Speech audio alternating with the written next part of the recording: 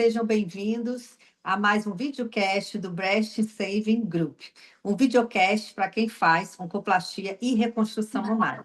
Hoje é nosso videocast de número 19 e nós escolhemos, eu, juntamente com a doutora Luciana Limonge, escolhemos um consenso da Sociedade Americana de Cirurgiões Plásticos sobre o linfoma anaplásico de grandes células associado a implantes mamários, né? Um assunto muito importante que quem faz cirurgia de mama e reconstrução também, seja ela também estética ou também de reconstrução, precisa saber e estar sempre atualizado sobre esse assunto, né? Embora o linfoma anaplásico, né, de grandes células associado ao implante mamário, é uma complicação incomum, né? Não é tão comum, é algo raro, inclusive, mas preocupante, né? E tem essa associação com os implantes mamários de superfície texturizada, né? A ocorrência relativamente rara da doença e a sua latência também prolongada contribui para uma ausência de evidências de alta qualidade para informar, né, e melhor até as nossas pacientes e também entender um pouco melhor a compreensão da patogênese e risco e dos resultados dos tratamentos dessa doença, né? Em 2016, o NCCN desenvolveu diretrizes baseadas em evidências, orientadas também por consenso, e acompanhou algumas atualizações para orientar o tratamento para a maioria dos casos desse tipo raro de linfoma. Mas casos de doença mais avançada, ou malignidades refratárias, ou doenças avançadas também, com apresentações incomuns da doença, requerem mais avaliações, mais estudos, com mais trabalhos, o que a gente não tem até o momento, dada a raridade dessa doença, não é, Luciana? Exatamente, Eline. E aí, o que é a intenção desse paper, né? A Associação Americana dos Cirurgiões Plásticos preparou e convocou uma conferência de consenso dos especialistas, né? Na tentativa de atualizar, né, o que é que a gente tem de dados nesse momento, tentando buscar e responder essas lacunas que a gente tem ao longo do tempo, desde que descobriu, catalogou-se essa doença, né? E com base nos conhecimentos atuais, o que é que a gente pode ter para responder às lacunas. Então, foi uma revisão sistemática, uma síntese da literatura, e o painel, de acordo com esses estudos da revisão sistemática, buscou, no consenso, responder determinadas perguntas. Então, é um artigo que eu acho que é um artigo tranquilo, bom de se ler, muito direto, né? É consenso, nível de evidência é o mais baixo que a gente tem, mas foram consensos baseados no que a gente tem de revisão de literatura atual. E aí achei bem interessante esse paper aqui para a gente. Isso. E eles avaliaram um total de 145 artigos, né, foram incluídos nessa síntese desses resultados, incluindo principalmente relatos de casos, séries de casos, né, que é o que incluiu a maioria das publicações disponíveis, que a gente tem disponível sobre esse assunto. E dentro, né, desses artigos, eles avaliaram 147 pacientes com uma média de idade de 53 anos e observaram que a apresentação da doença, ela ocorria em torno de 9 anos, né, após a colocação do implante, na maioria dos casos. Nenhum caso foi observado com implantes de superfície lisa, né, e a grande maioria sendo diagnosticado em estágios iniciais, estágio 1. Muito raro, estágio 4, apenas 5 casos eles observaram, né?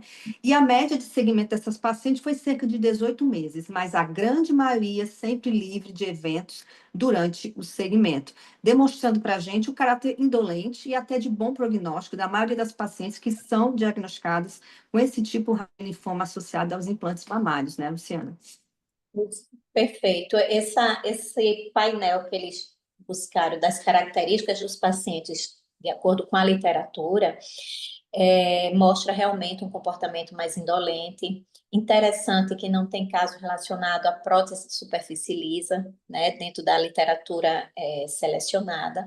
E aí, de acordo com essa revisão e esses papers, foram construídos questionamentos para os especialistas responderem. Então, o primeiro bloco foi relação ao que é que a gente tem de atual da epidemiologia do BIA, a LCL, no mundo todo. Então, os dados da Sociedade Americana de Cirurgia Plástica mostraram que, atualmente, isso foi um dado até 1º de abril de 2024, foram catalogados 1.687 casos, com 59 mortes em 51 países de todo o mundo. Então, mostra que é uma doença, que é a exceção, é extremamente rara, e que realmente, com o tempo, mesmo a gente diagnosticando e buscando identificar mais características clínicas para diagnosticar a lesão, termina que a incidência ainda é muito baixa, né? A outra questionamento em relação ao grupo de epidemiologia, Aline, que eles pontuaram, foi se existia uma associação entre os implantes mamários texturizados e a incidência do BIA. E aí, em termos de consenso, a recomendação 1 foi que os implantes macrotexturizados, eles deveriam ser descontinuados. Fazer uma vigilância intensa dos pacientes que receberam esses implantes, sejam de superfície lisa ou texturizada, mas que fosse descontinuado o estímulo de aplicação dos implantes de macrotextura. Isso foi uma recomendação do consenso, a primeira recomendação. Em relação à questão do implante em si, o que é que teve de recomendação? Sugeriu que os fabricantes eles divulgassem publicamente os dados que eles têm dentro das suas próprias indústrias, pesquisa, para a gente também estar detalhando, né, o número de casos relatados e fazer uma avaliação do quanto que a gente tem de caso e o quanto de vendas que ele tem de determinados implantes, texturas, para a gente poder fazer uma relação mais direta. Muitas vezes, ao início, a gente tinha uma incidência muito grande de implantes texturizados relacionados ao BIA, mas é porque, na ocasião, era um implante mais utilizado, né? Então, se a gente tentar tirar esse viés com as informações de venda que as empresas têm.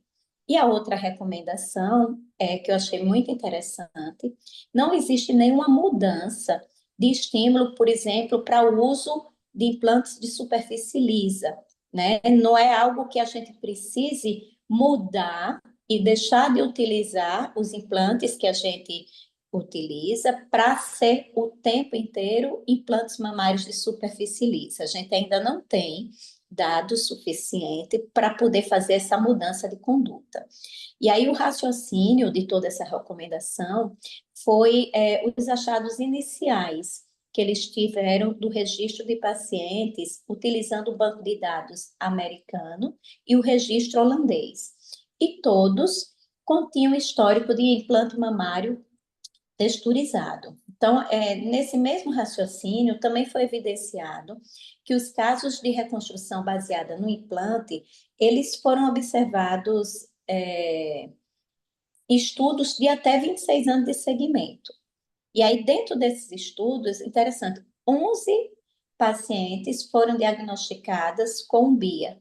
E todos eles tinham um histórico de implante texturizado. Então, chamar a atenção da questão do implante texturizado, mas ainda não houve mudança de orientação de conduta para uso de implante exclusivamente de superfície lisa. O que é que você acha, Aline?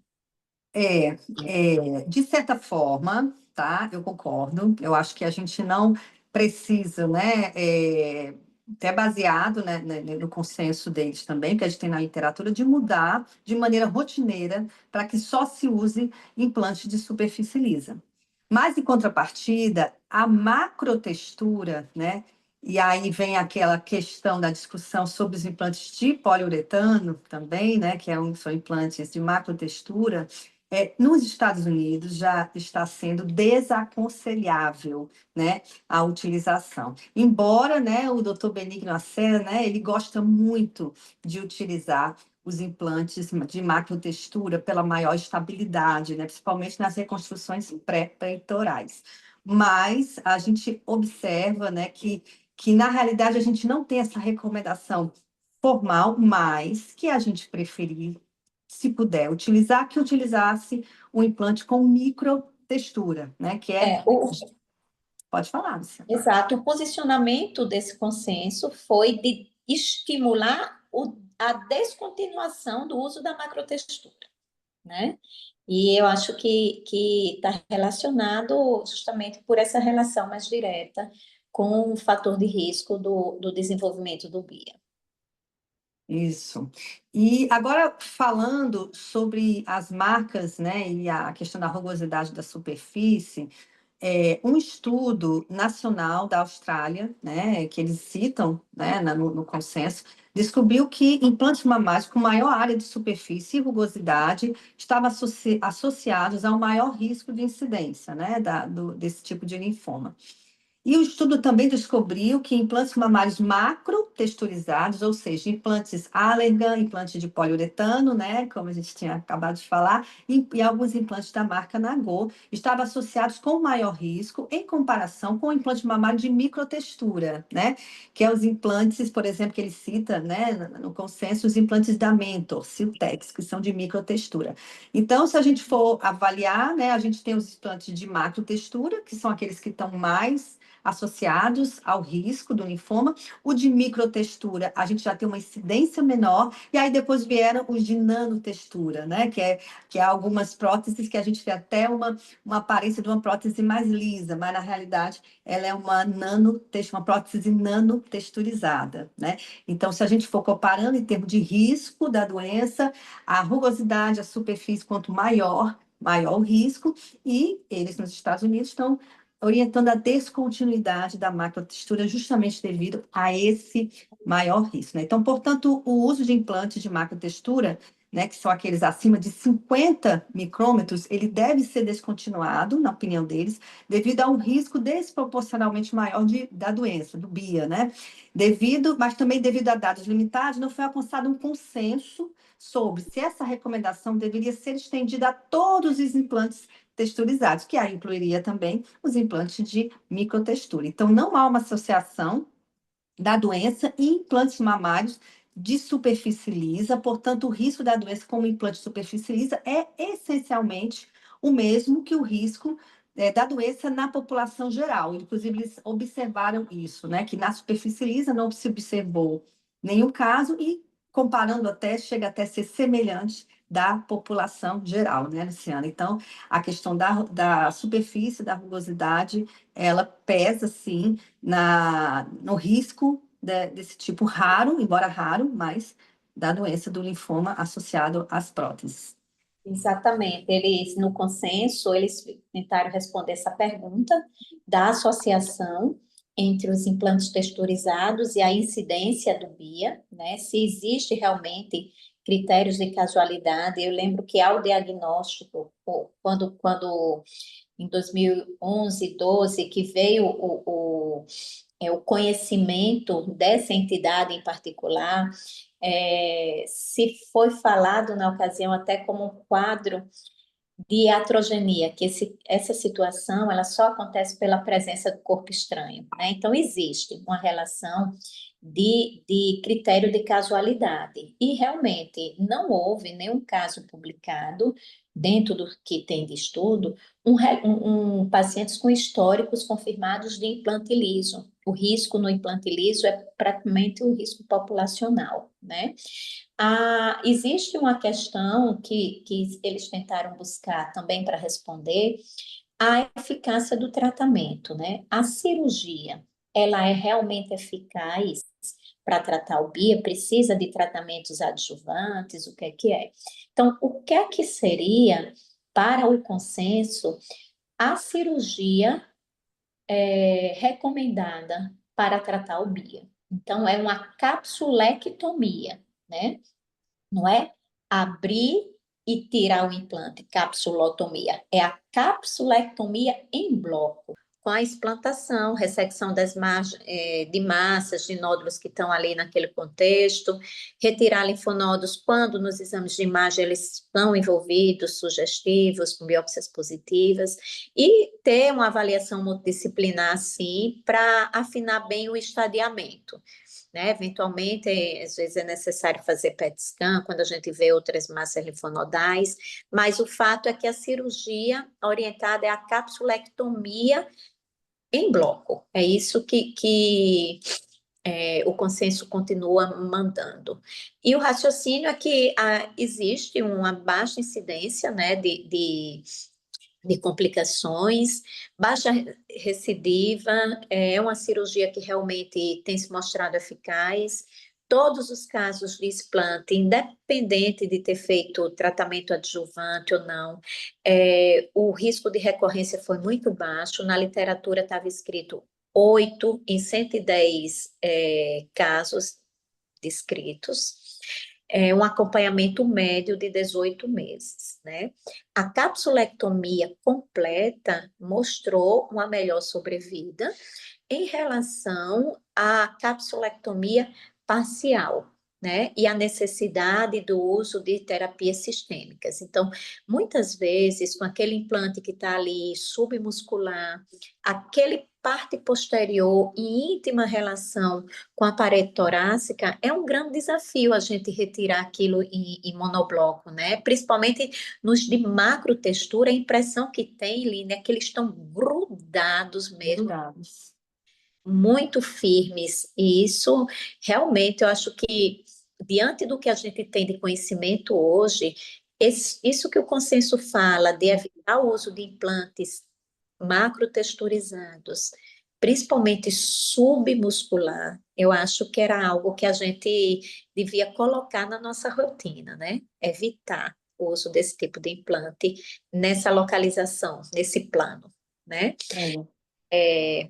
Além disso, né, no estágio inicial do BIA, a questão da cirurgia, ela foi realmente, os dados de recidiva, os dados de complicação são muito baixos. Então, é uma cirurgia de explante que a nossa preocupação será retirar em monobloco, mantendo íntegra a cápsula, e se tiver alguma massa ao redor, e buscar e remover também esse exame. Isso é realmente é um desafio você fazer um explante com uma prótese, né, de poliuretano ou macrotextura no plano submuscular. Realmente o risco de pneumotórax ali quando você vai tirando, né, há de fato, e muitas vezes a gente pode não conseguir, né? Então realmente é algo a gente refletir sobre isso, embora há uma grande raridade da doença, mas é algo que é relatado, né? Não é isento, né, de acontecer. E as pacientes precisam ficar cientes também sobre isso. Em relação ao tratamento sistêmico, eles também fizeram essa pergunta para o consenso sobre quimioterapia e imunoterapia, se seria eficaz, né, para tratar esse tipo de linfoma, né? E a adição, né, a recomendação é de que a adição de quimioterapia e imunoterapia à explantação cirúrgica, né, desse tipo de implantes texturizados, pode ser considerada em pacientes com doença em estágio 2A, né? Se a doença foi ressecável, e é recomendada para pacientes em estágio 2B, quando considerado apropriado, mas fazendo parte de uma discussão multidisciplinar. Então, não é a rotina, né, da gente indicar tratamentos de quimioterapia e imunoterapia para esse tipo de linfoma, né? É raro essa indicação, precisa ser discutido e avaliado, e em casos muito selecionados que a gente indicaria. Mais uma vez, né, afirmando que a cirurgia é a parte principal, né, do tratamento desse tipo de linfoma. Em relação à imunoterapia neoadjuvante, né, que também foi perguntado, para o painel, pode ser considerado se a doença for aquela ressecção limítrofe, né, que você faria para poder, de repente, conseguir a ressecabilidade cirúrgica, não em casos irressecáveis e localmente avançados, justamente para melhorar essas condições cirúrgicas e permitir, né, essa explantação de uma maneira mais curativa para essa paciente. Mas são casos discutidos em reunião multidisciplinar e não é a rotina, né? São só nesses casos bem selecionados, irressecáveis ou no limite, para fazer down staging, né? E na E, e me- o hum. Desculpa estar te interrompendo, Line, mas no mesmo Ah, raciocínio da radioterapia, tá?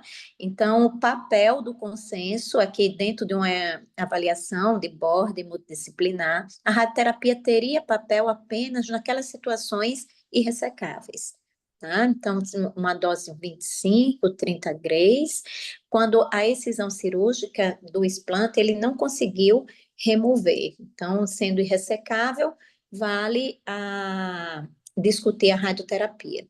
Mas o principal poder e a segurança para essa paciente é o explante monobloco, né? isso. Vamos O, continuar. vamos continuando as perguntas, né? O que é que ele tinha lá? Em relação à radioterapia, as diretrizes em relação à dose, quando necessária, variou muito. Então, fica em torno de entre 24, 26 grays. É uma questão muito discutida dentro do contexto do radioterapeuta, mas isso é mais do rádio, né? O fato é a gente entender que se a gente teve a dificuldade de retirada na hora da cirurgia, é importante sempre ter essa questão multidisciplinar, porque a radioterapia pode ter um papel nesse cenário. A outra questão, Line, foi sobre a questão da retirada profilática, né? Sim, O que é que tu exa- acha? Você viu aí? exatamente. Eles falaram, fizeram essa pergunta para o painel, né?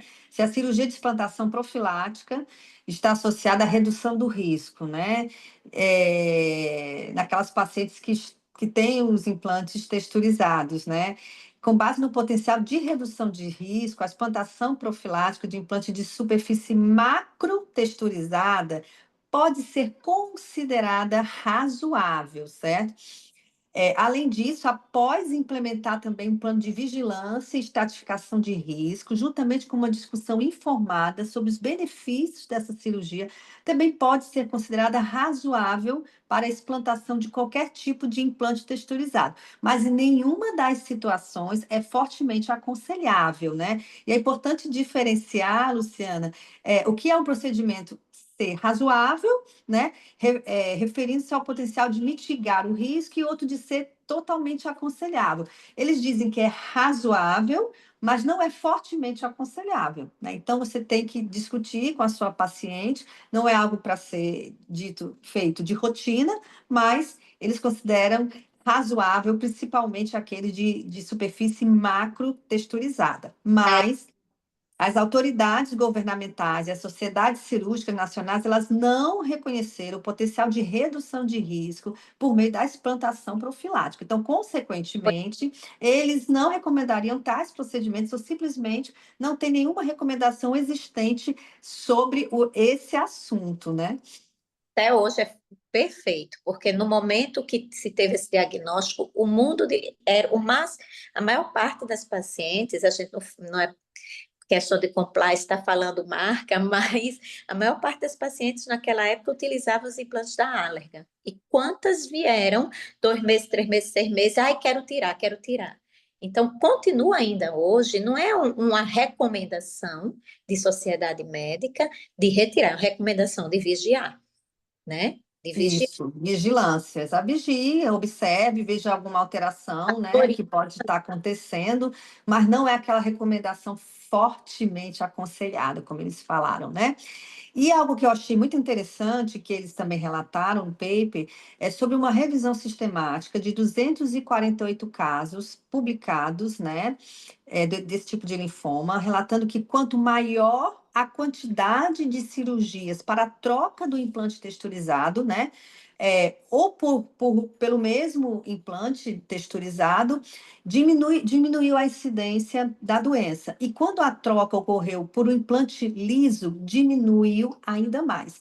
Então, levando a gente a entender que o fato também daquele implante texturizado estar ali naquela mama durante muito tempo, ele pode também ser um fator de risco a mais. E conforme você vai ficar usando novas cirurgias de troca desse implante texturizado, esse risco vai diminuindo e quando você chega no implante liso, diminui também. Mas mesmo assim, não há uma recomendação formal, né, para a gente fazer essa troca de rotina, até porque a gente tem pouco nível de evidência, a gente tem poucos casos, a literatura é escassa nesse sentido, mas que tem esse relato dessa revisão, que eles observaram essa relação, mas ainda a gente ainda carece de mais estudos para afirmar que realmente há, de fato, algo importante em relação ao tempo de uso do implante texturizado e risco maior do linfoma anaplásico de grandes células associado ao implante.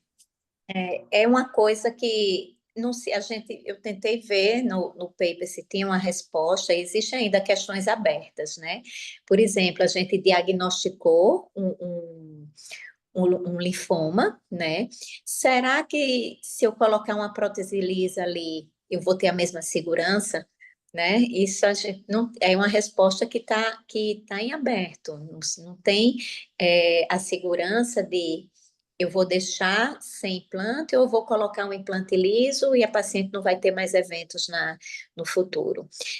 A outra questão que permanece ainda aberta é quanto à extensão dessa remoção da cápsula, né, para reduzir o risco nos implantes macrotexturizados, que são aqueles de maior risco, né, maior associada ao BIA.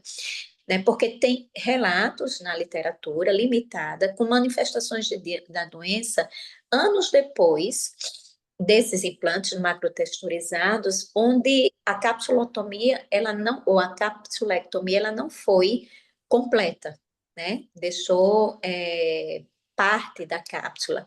Então, a capsulectomia total, que eles chamam a atenção na recomendação, é que muitas vezes não é viável cirurgicamente, justamente pelo risco do pneumotórax, pela questão da localização, a perfusão pode impedir que a gente faça a capsulectomia total. E aí a recomendação do consenso é que para os pacientes com os implantes macrotexturizados, né, que tem essa indicação de retirada do implante, né?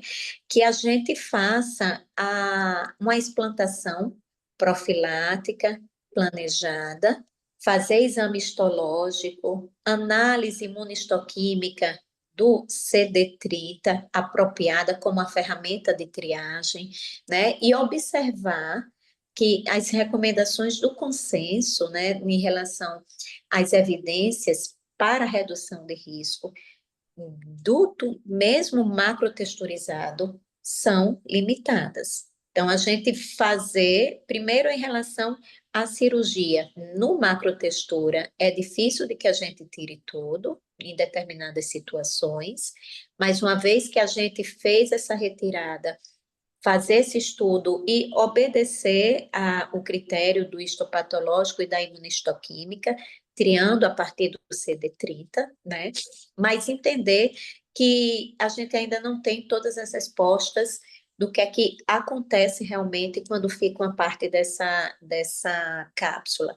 E lembrar o risco cirúrgico. Então, sempre, às vezes a gente, como é cirurgião, quer ir com mais afanho que tentar tirar tudo, né? Então, às vezes, o risco de pneumotórias, tudo tem que ser muito balanceado no momento da intervenção. Isso, perfeito. E outra recomendação, né, seria sobre a explantação profilática da mama contralateral, né? Então, por exemplo, uma paciente teve o linfoma em uma das mamas. A gente deve, de maneira profilática, retirar também a outra mama, né? Foi uma pergunta feita para o painel. E a resposta foi sim, que a explantação profilática do implante mamário texturizado contralateral, ela é recomendada em pacientes com diagnóstico, né, devido ao risco também de você ter uma doença na outra mama não reconhecida ou oculta, né? Então, seguindo essa recomendação, a gente sim tem que retirar também o implante, a cápsula, fazer a explantação profilática da outra mama. E o raciocínio para isso é que para pacientes que têm a doença de forma unilateral, todos os especialistas do painel concordaram com essa remoção contralateral e a capsulectomia total foi a cirurgia recomendada. E eles afirmaram que já há uma demonstração, né, de susceptibilidade, vulnerabilidade ao desenvolvimento da doença em resposta aos implantes mamários nesse tipo de paciente. E a explantação ela deve reduzir também o risco dessa doença incidental também, né, e contralateral, em torno de 1 a 3%, e prevenir o desenvolvimento futuro também na mama contralateral, removendo o implante texturizado, né? Então, eles recomendam que sim.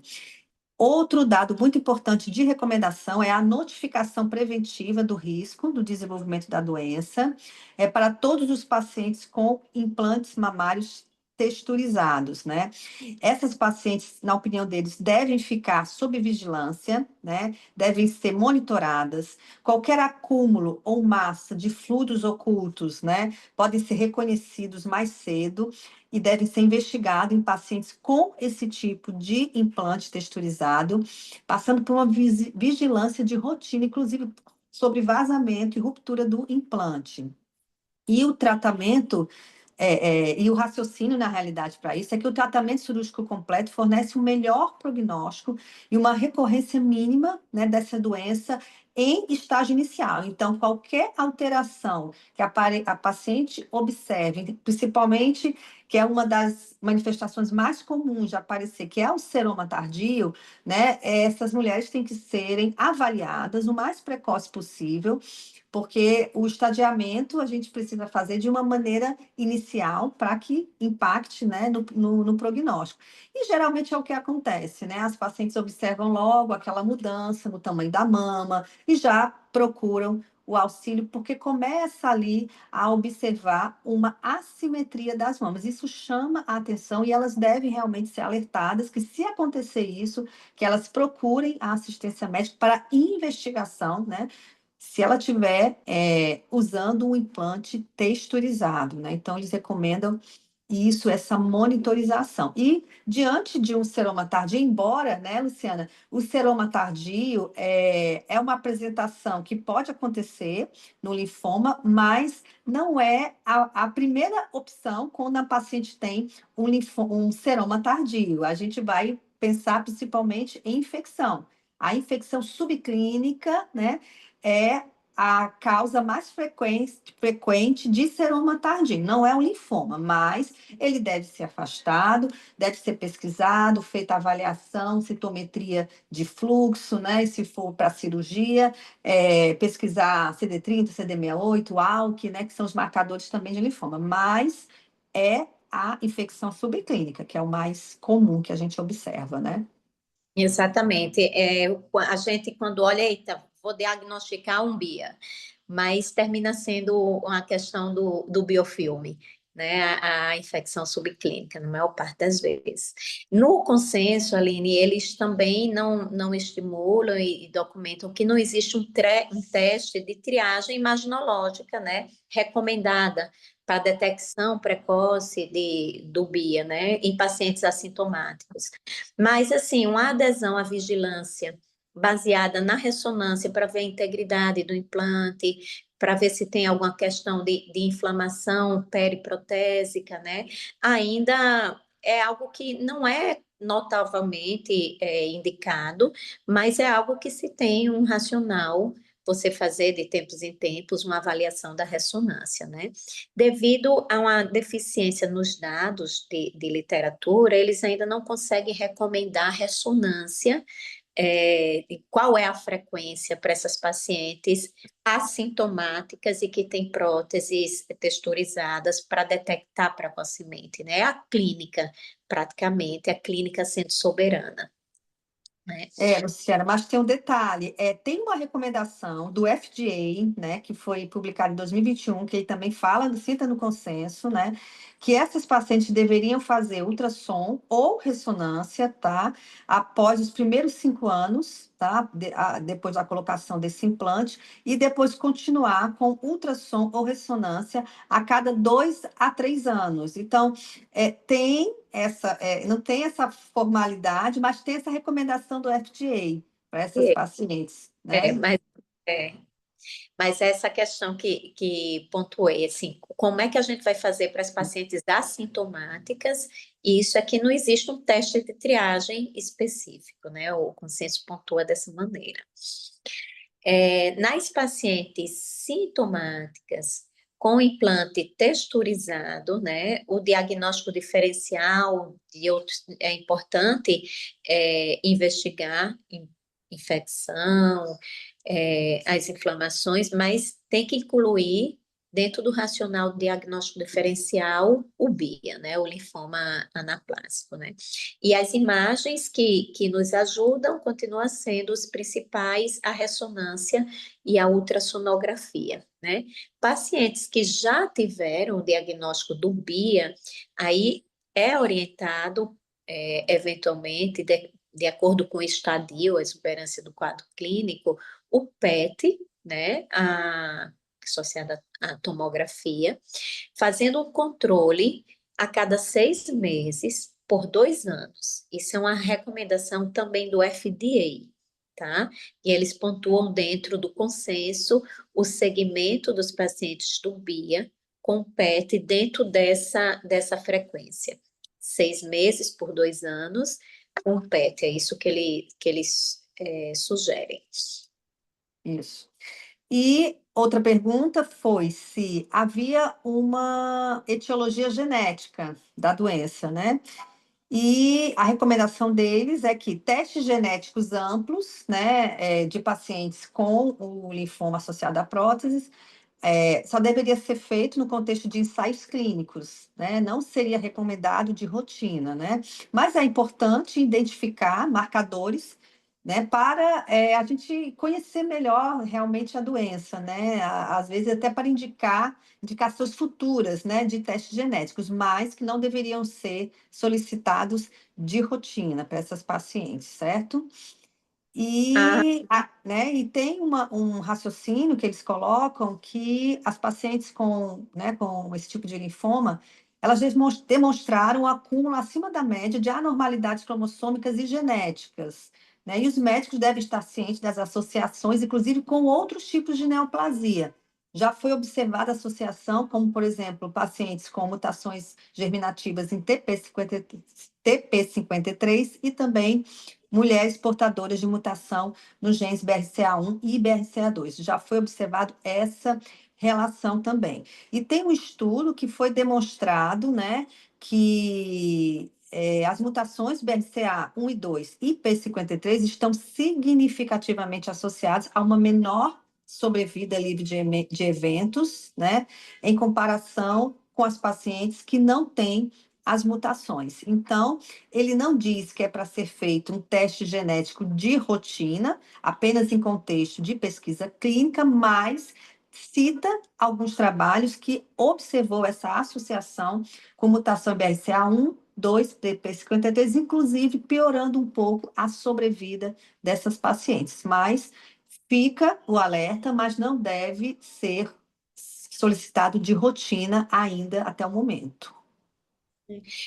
a outra questão, você falou bem em relação a essa susceptibilidade genética, né? Porque é algo que tanta gente no mundo tem, tão poucas pessoas desenvolvem e desenvolvem de maneiras também heterogêneas, né?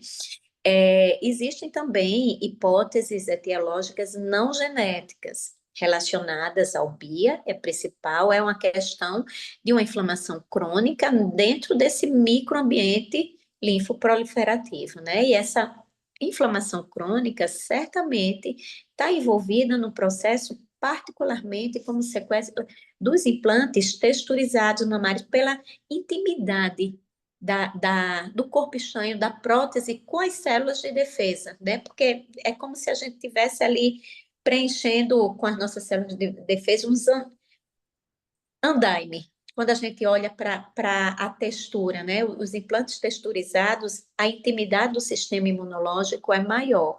Existem hipóteses que elas não foram verificadas, né? Mas foram apresentadas como tem alguma coisa relacionada à inflamação por alergia, né? A questão da exposição de partículas de silicone como fazendo parte dessa etiologia, um microambiente mais isquêmico, imunocomprometido, relações com ligantes virais, vacinas, mas nada disso teve comprovação. São hipóteses etiológicas que não têm relações com a questão genética, mas uma coisa comum é um processo crônico, né? Inflamatório. E isso é que está relacionada com a gênese. Uma revisão bem abrangente desses dados disponíveis que a gente tem, né? Não mostrou nada suficiente para poder fazer uma relação direta, por exemplo, do biofilme da infecção com a patogênese do BIA, que é outra coisa. São dois contextos que fazem parte do diagnóstico diferencial. A maior parte é essa infecção subclínica, né? Mas será que existia alguma relação? E dentro da literatura a gente não conseguiu também, dentro dessa revisão sistemática, e não foi consenso que tivesse uma relação de causa e efeito. Achei que é um paper muito legal para a gente ter assim no nosso dia a dia, de estar revisitando, né? Vez por outra são perguntas diretas que o paciente chega para a gente e a gente tem um trabalho tranquilo, fácil de ser lido, inclusive para apresentar, né? Para o paciente e acalmá-lo em relação à nossa conduta. Então, dentro dessas hipóteses relacionadas à questão da inflamação, não se tem nos dados disponíveis uma relação direta, por exemplo, de ligação de infecção, bactérias com a patogênese do BIA. Isso é interessante, essa informação, porque é um contexto onde a gente tem, é muito comum a presença da infecção subclínica com o principal sintoma, que é a produção desse seroma mais tardio, sendo o diagnóstico diferencial do linfoma. Mas não tem nada na literatura, uma relação de causa e efeito desse biofilme, dessa infecção com o BIA. É importante isso. Em relação ao paper, Lini, eu acho que foi muito interessante, um paper que a gente consegue utilizar bem no nosso dia a dia, inclusive até para facilitar quando as pacientes chegam para a gente mais ansiosas, com as perguntas. É fácil de ler, é fácil de mostrar para a paciente quando a gente toma a nossa conduta de conservar, acalmar ela em relação a isso. Está vindo uma moda de explante muito grande, e aí a gente calma, né? É uma entidade que existe, é uma entidade que a gente sabe uma relação de causa e efeito, porque o corpo estranho com isso, mas também é algo que é indolente, é algo que a cirurgia consegue controlar muito bem, e que se a gente mantiver essa vigilância sugerida, né, próxima, fazer os exames, saber que você tem um corpo estranho e que você tem que ter essa vigilância, nos dá a segurança de qualidade de vida e de sobrevida para o paciente. Concluindo, né, Luciana, eu acho que a mensagem principal do consenso, embora a gente sabe que o consenso, né, não é o melhor nível de evidência, mas a gente não tem trabalhos muito robustos sobre esse assunto, dado a própria raridade da doença, e o que a gente tem é isso, é série de casos, é opiniões de especialistas, são consensos, são painéis, né, de especialistas sobre o assunto. E você resumiu bem, a gente precisa realmente ter mais indícios para orientar melhor nossas pacientes, e o que fica para mim é que não é obrigatoriamente necessário a gente só colocar prótese de superfície lisa ou nanotexturizadas, mas que a paciente ela precisa também ser informada, embora a raridade da doença exista, que os implantes de macrotextura foram mais associados e têm maior risco, né? E os de microtextura também podem continuar sendo utilizados, mas diante de um implante de macrotextura, a gente precisa ter realmente uma vigilância maior, essa paciente precisa estar mais próxima do seu cirurgião e qualquer alteração a gente tem que investigar. E o caráter indolente, o bom prognóstico, né? Acalmar essa paciente, né? E saber fazer, se possível, também conseguir fazer a cirurgia de explantação em bloco, né? Como você bem colocou aqui. Algumas lacunas realmente permanecem ainda em aberto, né? Mas é isso, a gente vai avaliando e vai vendo em cima dos próprios relatos da literatura para a gente poder conseguir ter algumas conclusões sobre essa doença tão rara, mas que pode acontecer, né, Luciana? Então, excelente, Line. Então, concluindo, continua em termos de dado epidemiológico algo muito raro, como você disse, é algo que não muda a nossa conduta de indicar uma reconstrução mamária com implante, porque foi um momento que chegou a se pensar, e agora, né? Como é que a gente faz? A gente vai utilizar aquilo que a gente tem de disponível e a gente vai vigiar essa paciente, lembrar que o BIA entra como diagnóstico diferencial, mas sempre, a maior parte das vezes, não vai vir um BIA na nossa investigação, vai vir aquele cuidado que a gente precisa, que é reduzir o risco da infecção subclínica, né? Quando a gente está ali fazendo a cirurgia para colocar o implante. O cuidado máximo que a gente puder ter com a mobilidade, com o manejo desse corpo estranho no paciente. É isso que a gente pode fazer para reduzir a incidência de BIA e das complicações inerentes ao implante. Isso, Luciana, muito obrigada. Encerramos mais um videocast do Breast Saving Group. Agradecer a Luciana. Obrigada, Luciana, por estar aqui comigo durante esses minutos, né? Quase aí um bom tempo aí discutindo, né? Quase uma hora discutindo sobre esse assunto, mas muito obrigada pela tua participação e tua presença. Agradecer a todos que estão nos ouvindo. Um beijo a todos, um prazer enorme. Aguarde que tem mais.